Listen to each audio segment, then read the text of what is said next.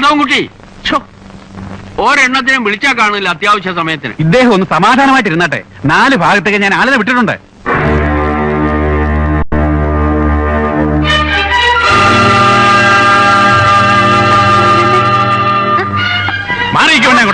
അസത്തെ നിന്റെ മേലൊക്കെ തെരുവില് തറവാട്ടി കയറി കളിച്ചാലുണ്ടല്ലോ നിന്റെ കാലിന്റെ മുട്ടിയാൻ തല്ലി ഓടിക്കും പറഞ്ഞേക്കാം.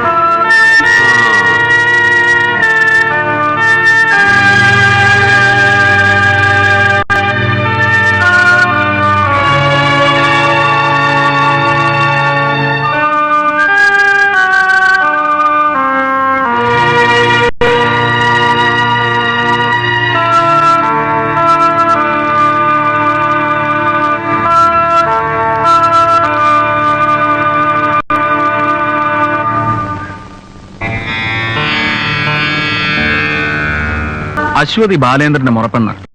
അവർ തമ്മിൽ സ്നേഹവുമാണ്. ഇത് രണ്ടും മാധവൻകുട്ടിക്ക് നിഷേധിക്കാൻ പറ്റുമോ? എന്ന് വെച്ച് ഇപ്പോഴത്തെ സാഹചര്യത്തിൽ ഇതെങ്ങനെയാ നടക്കുക?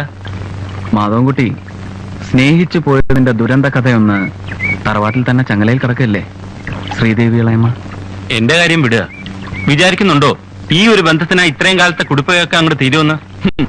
കുടിപ്പക പോറ്റി ആർക്കാദ്യം പ്രസാദം കൊടുക്കണം, പോസ്റ്റ്മാൻ ഏത് തറവാട്ടിൽ ആദ്യം കത്തിടണം എന്നൊക്കെ പറഞ്ഞ് തർക്കിക്കാൻ വേണ്ടി വലിയ കാര്യങ്ങൾ എത്രയോ വേറെ കിടക്കുന്നു. അതിനെക്കുറിച്ച് ആർക്കും അന്വേഷിക്കണ്ട. ക്ഷേത്രക്കുളത്തിൽ നിന്ന് ഒരു അസ്ഥികൂടം കിട്ടി. ആരുടെ? മാധവൻകുട്ടി അന്വേഷിച്ചോ? ബാലേന്ദ്രനോ? അതിപ്പോ അത്രയ്ക്കൊന്നും കാര്യമെടുക്കണ്ടെന്നാ അമ്മാവ പറയണത്.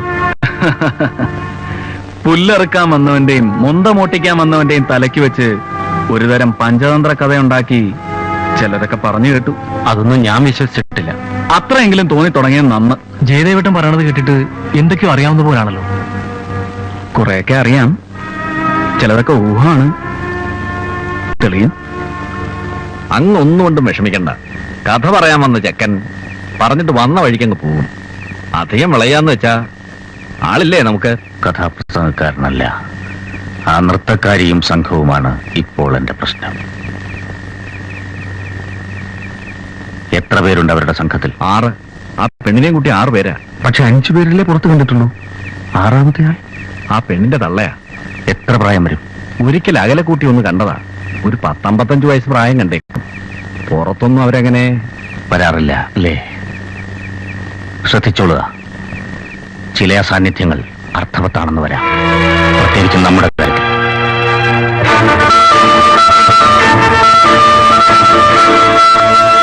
ഒരുക്കങ്ങളൊക്കെ പൂർത്തിയായി അല്ലേ? നന്നായി. ഇനിയിപ്പോ ശങ്കയൊന്നുമില്ലാതെ ഉത്സവത്തിന്റെ കാര്യങ്ങളിലേക്ക് കടക്കാം. മീനം 1 കലശമെഴുന്നള്ളിപ്പ്, 3-ാം നാൾ കൊടിയേറ്റം. ചടങ്ങുകളൊക്കെ ആചാരമുറപ്രകാരം തന്നെ വേണം. എന്തൊരു വിചിത്രമായ ആചാരങ്ങളൊക്കെ എവിടെ? എന്താ ഈ കലശെഴുന്നള്ളിപ്പ്? ദേവിയെ ആവാഹിച്ച കലശം ക്ഷേത്രത്തിലേക്ക് എഴുന്നള്ളിക്കുന്നത് മേലേടത്ത് ഉത്സവത്തിലെ ഏറ്റവും പ്രധാന ചടങ്ങ്. നവധാന്യങ്ങൾ നിറച്ച കലശം വ്രതം നോറ്റയാൾ മേലേടത്ത് തറവാട്ടിലെ തെക്കതിൽ നിന്ന് ഏറ്റുവാങ്ങും. പിന്നത് തലയിലേന്തി ദേശം ചുറ്റി എഴുന്നള്ളി. ഓരോ തറവാട്ടിലെയും ഏറ്റവും മൂത്ത ഇളമുറക്കാരി കലശത്തെ വരവേൽക്കണമെന്നാണ്. കലശം ദേവീ സന്നിധിയിലെത്തി 3-ാം ദിവസം ഉത്സവം. കലാപരിപാടി നടത്താൻ പറഞ്ഞവരെന്തിനാ എഴുന്നള്ളത്തിന്റെ പുറകെ നടക്കണേ? അതും ഒരു ചടങ്ങാണ്. ദേവിയുടെ മുന്നിൽ കലാപരിപാടി അവതരിപ്പിക്കാൻ വരുന്നവര് കലശത്തോടൊപ്പം നാട് പ്രദക്ഷിണം വയ്ക്കും. ഓരോരോ വിശ്വാസങ്ങൾ. ഓഹോ, അപ്പൊ നമുക്ക് വഴിനീള കഥാകഥനം നടത്താലോ അല്ലേ? അയ്യേ, അതെങ്ങനെയാ സാധിക്കുക? കലശത്തോടൊപ്പം നടക്കുക, അത്ര.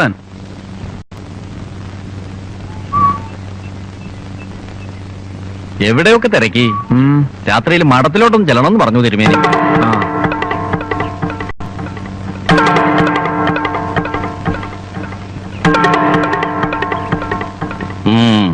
ശരിയപ്പോ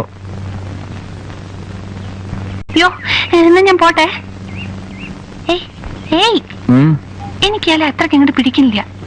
ഇയാളെ അല്ല, ഈ തടിയന്റെ തലവനാ തിരുമേനിയില്ലേ, ഒരു ജാതി ഇളിയും നോട്ടവും ആ താടിയും ശരിയല്ല. തിരുമേനി വിളിക്കണു, തിരുമേനി തീരുമാനിക്കണു, തിരുമേനി കൽപ്പിക്കണു, തിരുമേനി അങ്ങനെ പറയണു, തിരുമേനി ഇങ്ങനെ പറയണു. ഇത്രയ്ക്ക് എങ്ങനെ പൊക്കി പറയാൻ ആരാ ഇയാള്? 10-60 വർഷം മുമ്പ് തെക്കുനിന്നൊരു നമ്പൂതിരി ഈ മേലേടത്ത് ഗ്രാമത്തിലേക്ക് പുഴ കടന്നു വന്നു. ജ്ഞാനിയായിരുന്നു, തന്ത്രിയായിരുന്നു. മറ്റുള്ളവർക്ക് വേണ്ടി 3 കാലങ്ങളുടെയും കളം അദ്ദേഹം കൃത്യമായി വരച്ചു. പക്ഷേ സ്വന്തം ജീവിതത്തിന്റെ കളം വരച്ചപ്പോൾ മാത്രം തെറ്റിപ്പോയി. ആളെ മനസ്സിലായി കാണും. മേലേടത്ത് ഭഗവതിയുടെ പഴയ ശാന്തിക്കാരൻ നമ്പൂതിരി. എന്റെ അച്ഛൻ. എന്റെ അച്ഛൻ പറഞ്ഞു കേട്ടിട്ടുള്ളത് അങ്ങനെയല്ലല്ലോ.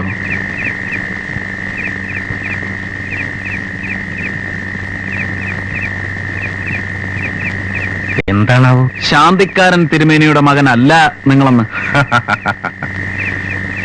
അങ്ങനെ ഒരു പ്രചരണം ഞാനും കേട്ടിട്ടുണ്ട്. അത് തന്നെ എനിക്ക് മുമ്പേ എന്റെ അച്ഛനും കേട്ടിരിക്കണം. അതുകൊണ്ടായിരിക്കാം ഞാൻ വയറ്റിൽ കിടക്കുമ്പോ തന്നെ എന്റെ അമ്മയിട്ടേച്ച് അദ്ദേഹം എങ്ങോ പോയത്. പാവം പോറ്റിയമ്മ പ്രസവിച്ച അച്ഛനില്ലാത്ത കുട്ടിക്ക് ലോകം നൽകിയത് എന്താണെന്നറിയോ? പട്ടിണി, അവജ്ഞ, പുച്ഛം. 10ഓ 12ഓ വയസ്സിൽ അക്കരയ്ക്ക് വഞ്ചി കയറുമ്പോൾ ഒരു പ്രതിജ്ഞയുണ്ടായിരുന്നു മനസ്സിൽ. 28ാം വയസ്സിൽ തിരിച്ചു വന്നിറങ്ങുമ്പോൾ അത് നിറവേറ്റാനുള്ള കരുത്തുമുണ്ടായിരുന്നു. ഇതൊക്കെ അങ്ങോട്ട് പറയുന്നത് എന്തിനാച്ചാ? കലാകാരനാണ്, അറിവുള്ളയാളാണ്. എന്നെപ്പോലുള്ള ഒരാളുടെ മനസ്സ് പെട്ടെന്ന് മനസ്സിലാവും. ഓ,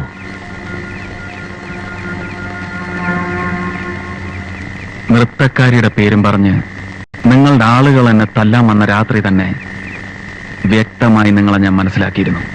ഇപ്പോൾ നമ്മൾ ശരിക്കും നേർക്കുനേർ വന്നിരിക്കുന്നു. ഈ ഒരു കൂടിക്കാഴ്ച എപ്പോ വേണമെങ്കിലും ഉണ്ടാകാമെന്ന് എനിക്കും അറിയായിരുന്നു. മനസ്സിലായി. ഓരോ ഉത്സവകാലത്തും പുതുതായി എന്തൊക്കെയോ അറിയാൻ നീ പുഴ കടന്നു വരുന്നത് ഈ മഠത്തിലിരുന്ന് ഞാൻ കാണുന്നുണ്ടായിരുന്നു. എനിക്കറിയേണ്ടത് എന്റെ അച്ഛന്റെ മരണത്തിന്റെ കാരണവും അതിന്റെ കാരണക്കാരെയുമാണ്. എത്രയോ വ്യക്തം. ഉത്സവരാത്രിയില് തറവാട്ടുകാരി ചേരി തിരിഞ്ഞ് പോരടിച്ചപ്പോ പക്ഷം പിടിക്കാൻ പോയ നിന്റെ അച്ഛൻ വെട്ടും കുത്തുമേറ്റ് വീഴുന്നത് ഞാൻ മാത്രമല്ല, എത്രയോ പേര് കണ്ടതാണ്. അങ്ങനെ ഒരു ഉത്തരം കൊണ്ട് കാര്യം തീരൂ? തറവാട്ടിലെ ഈ ചേരിപ്പോരിന്റെ പുരാണം മേലേടത്ത് ഗ്രാമത്തിന്റെ നാടോടി കഥയാക്കിയത് നിങ്ങളുടെ വിജയം. എനിക്കറിയേണ്ടത് അതിന്റെയും പിന്നിലെ കഥയാണ്. കഥ പറയാനാണ് നിന്നെ വിളിച്ചിരിക്കുന്നത്. നന്നായി അത് പറഞ്ഞ് കൈ നിറയെ കാശും വാങ്ങി സന്തോഷമായിട്ട് മടങ്ങിപ്പോവാ. അല്ലാതെ നിഴലിന്റെയും നീന്തൽക്കുളത്തിന്റെയും ഒക്കെ ചരിത്രം അറിഞ്ഞേ പോകുമെന്ന് വെച്ചാ 10-20 കൊല്ലം മുമ്പുള്ള ഒരു രാത്രി വീണ്ടും ആവർത്തിച്ചെന്ന് വരും. വേണ്ട.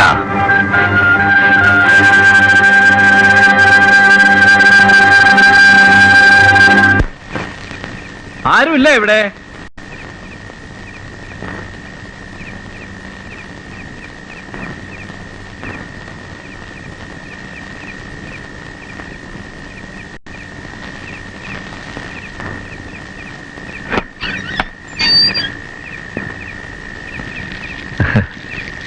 എല്ലാരും ഉറങ്ങി.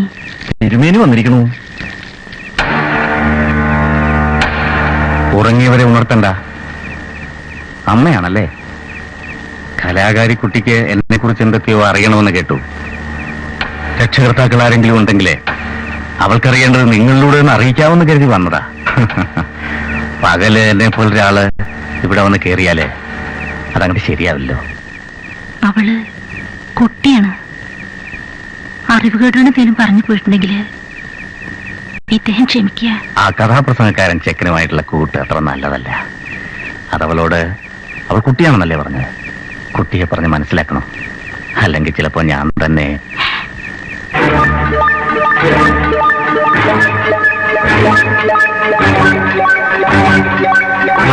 എവിടെയോ കണ്ടപോലെ.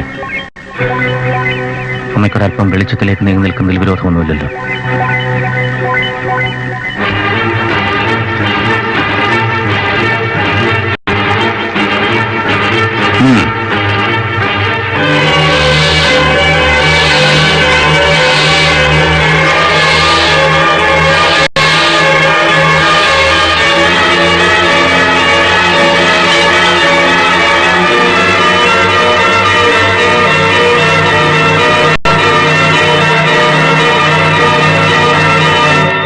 ശരി, പഴയ കത്തിയുടെ മൂർച്ച ഓർമ്മയുണ്ടല്ലോ.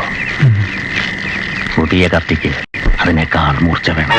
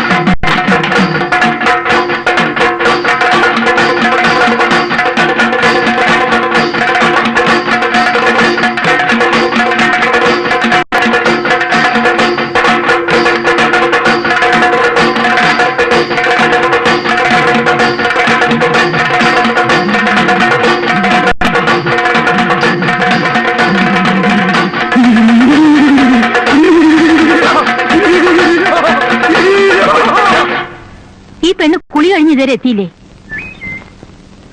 ഒന്ന് ഇങ്ങോട്ട് വെക്ക, ഒന്ന് അങ്ങോട്ട്.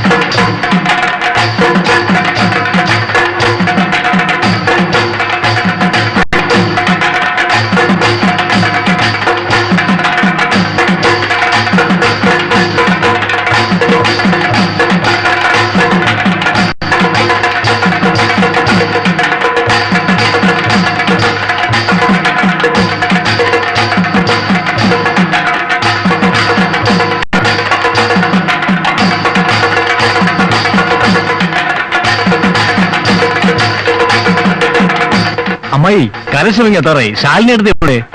ഈ പെണ്ണ് ശാലിനി, ശാലിനി.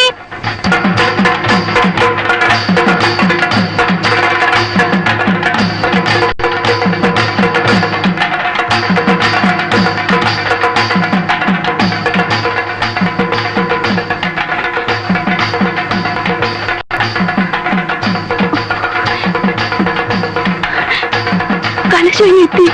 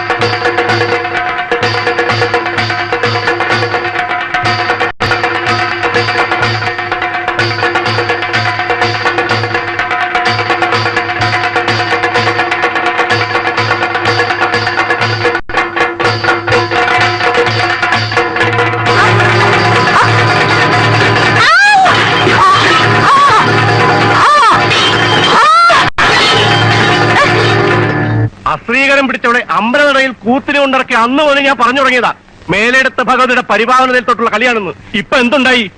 നശൂരം പിടിച്ചോണ്ട് വിരല് തൊട്ടപ്പോ തന്നെ കലിശായില്ലേ? പിന്നെ പിന്നെ തിരുമേനി എന്തെങ്കിലും ഒന്ന് പറയാ. പുരുഷാരം ക്ഷുഭിതമാകുമ്പോൾ സന്യാസി കൂടുതൽ നിശബ്ദനാവുകയല്ലേ ഭംഗി?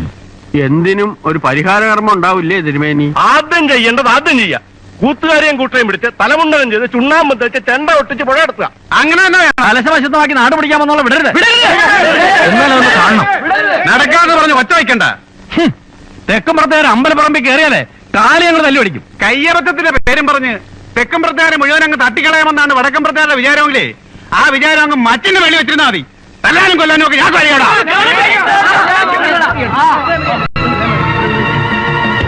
ഗീതയിൽ പറയുന്നുണ്ട്, ക്രോധാത് ഭവതി സമ്മോഹ. ക്രോധം നിമിത്തം കാര്യാകാര്യ വിവേകമില്ലായ്മ എന്ന സമ്മോഹം സംഭവിക്കുന്നു. ഇവിടെയും അത് തന്നെ സംഭവിച്ചിരിക്കുന്നു. അമ്മേ ഭഗവതി, എനിക്കൊന്നും പറയാൻ കഴിയുന്നില്ലല്ലോ.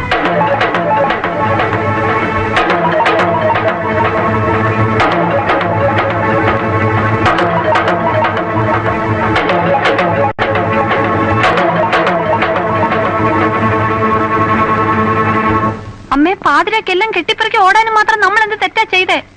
കലശം വീണന് വേറെന്തെങ്കിലും കാരണം ഉണ്ടാവും. എന്റെ ഇന്നൊരു പിഴയും പറ്റിയിട്ടില്ല, ഉറപ്പാ. മോളെ, വാദിച്ച് നിൽക്കേണ്ട സമയമല്ലത്. ആളുകൾ ഭ്രാന്തളകി നിൽക്കുക. അവരെ കൈ കിട്ടിയ കുഞ്ഞിനെ നമ്മൾ ആരും ബാക്കിയുണ്ടാവില്ല. ഭ്രാന്ത് ആളുകൾക്കല്ലേ. ദേവി നമ്മളെ രക്ഷിക്കും. ഞാൻ എന്താ ചെയ്യേണ്ട ഭഗവതി?